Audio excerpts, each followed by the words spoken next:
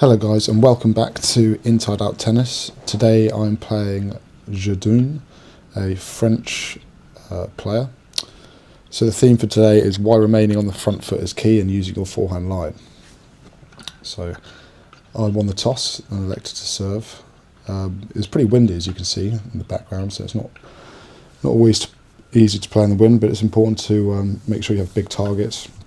Don't go for anything too big, although I've just hit an ace there. And basically, feel your way into the match.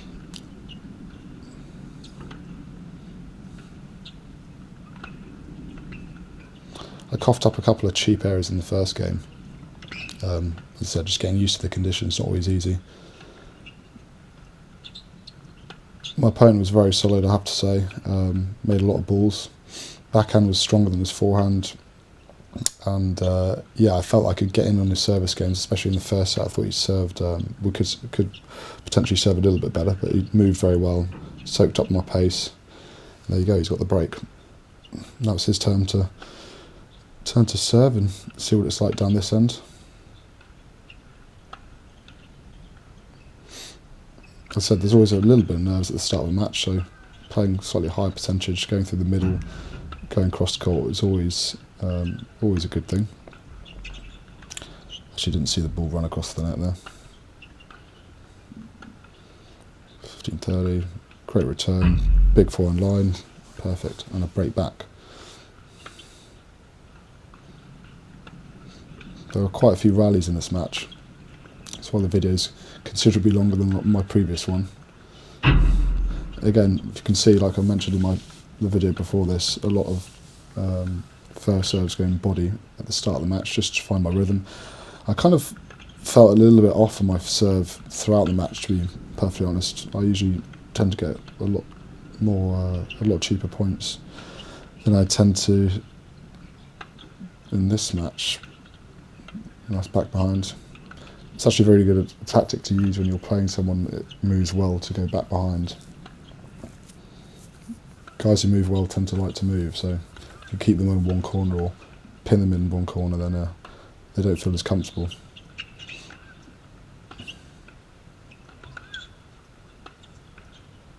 It's a nice play. So the side closer to the camera was certainly easier to play down. The wind was going towards the opponent down the far end, so that's a nice volley. Good appreciation by my opponent there, I like that. As you can see, I'm running a lot of cross-court patterns. It's still somewhat early on in the match. Targeting is forehand mostly. Again, that's another example of why using the backhand you need to get more width just to keep him on the run. Once you have the initiative in the point, it's important to keep it, which is something I felt I lost in the second set, actually, which is the theme of this video, essentially. It's nice, front the court, missed it, but a good point. Another solid return. As I said, he didn't have a big serve, so I made a lot of returns, which is good. Something that probably he may need to look at.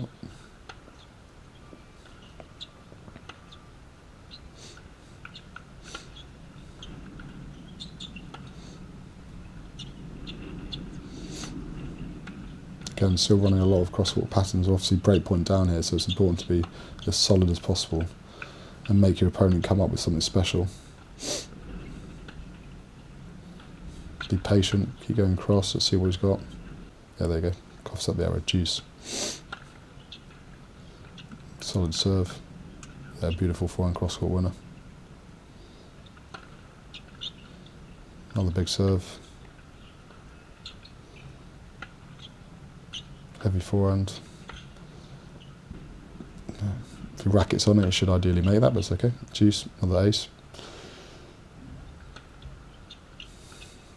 I think generally both of our service games were pretty hard fought. Yeah, beautiful win up the line there.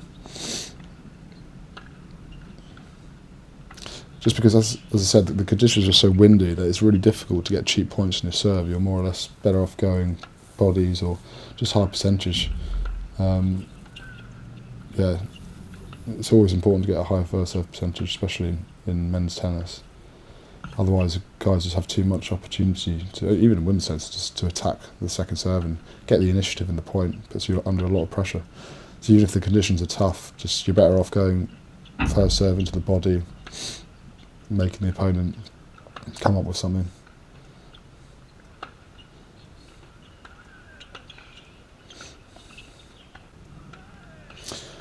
So as I mentioned, there is a theme to this match, which is essentially in the first set I was a lot more dominant, I was a lot more aggressive. Now I feel like being aggressive is slightly overused and overhyped in tennis. I think it's important to be aggressive, but I feel like assertive is probably a better word.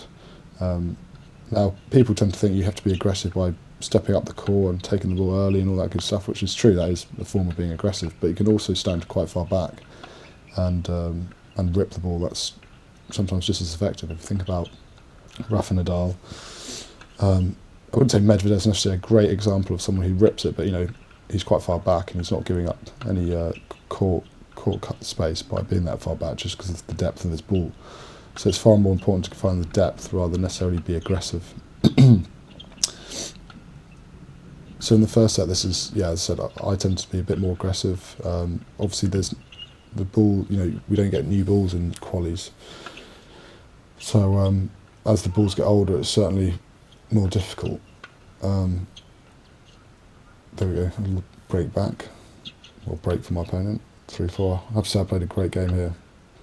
This is probably was the zenith of all the games I played actually. This return game was super aggressive.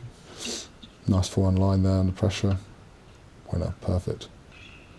Love 30. Great return through the middle. And the backhand through the middle, pushing back, open up the court. Getting a wee bit too central in those two backhands, but it's okay, kept him there. See how I'm stepping up the court, taking it on, being aggressive or assertive. Love 40. What a game, beautiful. Inside out forehand winner to break, fantastic.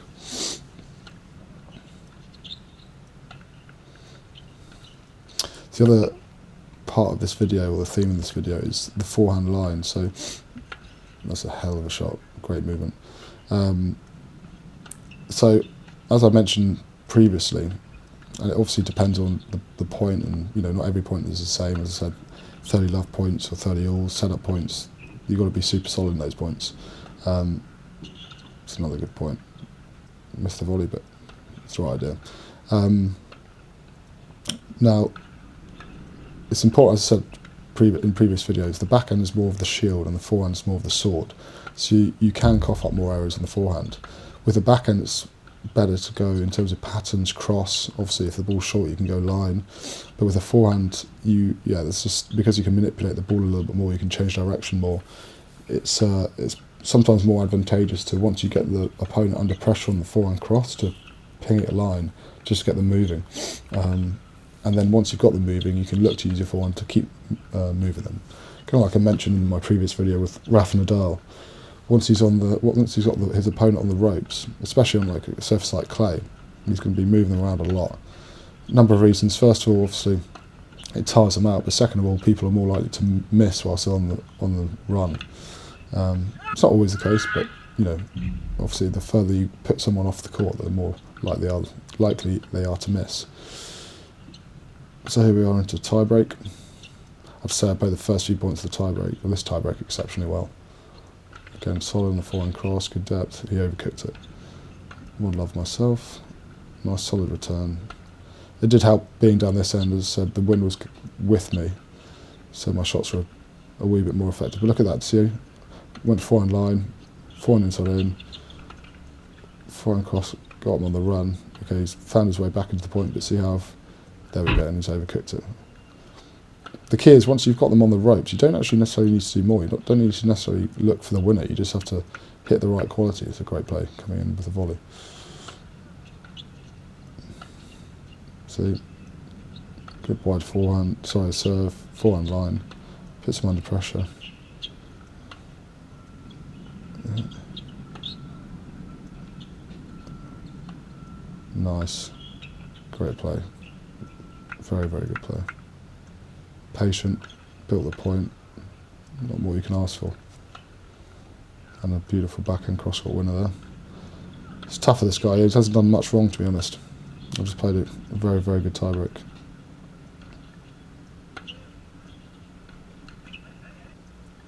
It's probably my first cheap error, or was. So you got him on the run, forehand line. I mean, that's a hell of a pass. But again, you know, if my opponent does that over the course of a match, too good. And he probably wouldn't be at this level, so.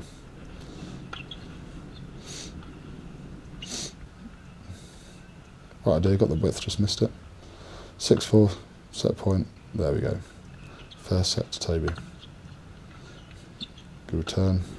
I did notice that in the start of the second, my opponent was more aggressive actually, so although I did mention about obviously court position, he stood a little bit tighter to the baseline on my second serve, and as I said, because I wasn't serving great in terms of high first serve percentage, that's a gorgeous little drop shot. It's a bit silly actually, I only played one drop shot like that in the whole match. That's why it's good for me to record and analyse and watch the videos for myself, just to see actually, like, in hindsight, what worked. And I know, like, let's say drop shot isn't always the highest percentage to play, but, you know, if it works once, why not give it a go again? Which I didn't, so it's a little bit disappointing, but yeah, definitely something to learn for future.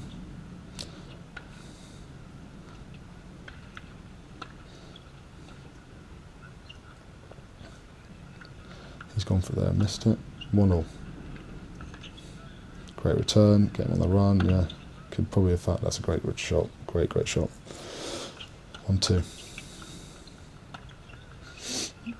Now I have to say, before the video ends, I'm still having a little bit of trouble with the final segment of importing. Oh, that's unlucky. The last video. So anyone who has a GoPro knows that basically when you import the video, it's not just one video, it's broken down into 4, 5, 6. Basically it records 17 minutes, 25 seconds, and then it starts recording another separate kind of video, although it's all tied together, because that kind of makes sense. And so for whatever reason, the last, I'm guessing, few minutes, because it was in the third set tiebreak, I couldn't import, which is an issue I've had on a previous video. Something I'm looking into. So unfortunately we don't see the end of the match, but you know, you get a general gist of kind of what happened in the tiebreak, and we'll get to that in a minute. Anyway, I was very unlucky to get it broken. A couple of dead net cords. My opponent took advantage of that. It's my chance to get back into the second set. Beautiful fine line winner there, 30-all. 30-40, break point. Again, I feel like I'm moving very well actually. Unfortunately I overcooked that cheese. One of the videos I'll be releasing soon is a week in the life of a tennis player, and it essentially covers all of the, well, one of the videos covers all of the my warm-up routines, and my fascial release, my band distractions, and my activation. One of the piece of equipment I use is a 12 centimetre black roll ball. I've had it for a while actually, and I only ever used it sparingly because I felt like I had other equipment which was better, but honestly since I've been using it on more of a regular basis, it's an absolute game changer. Generally that and the band distractions, I mean I'd even say it's better than the band distractions in many ways. It's phenomenal. Like, I feel considerably looser, I'm able to move better, I'm looser, you know, for a longer period of time. So for example, when I used to warm down at the end of my days, stretch, etc., if I woke up the next day I was still pretty tight. That's a hell of a shot. However, with this black roll I honestly feel, well, I don't feel like that, like I remain loose. It's amazing, I have to say. So yeah, when that video is coming out most likely next week along with the others, just having to touch them up. So 1-4 down, I mean, he's got the break. I'll be honest, I don't feel I've done too much wrong. Again, I can tell you from the match that he definitely took up a more aggressive stance. He was getting tight to the baseline on my second serves. The balls were getting a little bit older. I felt I was pretty unlucky to get broken in that game previously. a couple of dead net chords. I mean, yeah, 5-1, not much I can do there. It's just sometimes, you know, it's not always the fact that the opponent plays a little bit better. It's sometimes, for whatever reason, the conditions go against you, or you know, your luck kind of goes against you. Fortunately, I've already won the set, so it's okay. No need to panic. Okay, like he's playing well, he's absorbing, and maybe coughing up a few errors. Here we go, champions tiebreak. I have to say, essentially, it's just me making too many errors. He played well, but yeah, it's just that's what basically it came down to. Again, I mean, I made that in the first set tiebreak, and I missed that one down at the backhand. There we go, forehand line. That's the big takeaway. Hold your court position if possible. If not, keep ripping it from a deeper position and use the forehand line. It's important. Keep the opponent on the run, especially when you've got the initiative. I hope you enjoyed the video, guys, and I very, very much appreciate you watching. Thank you.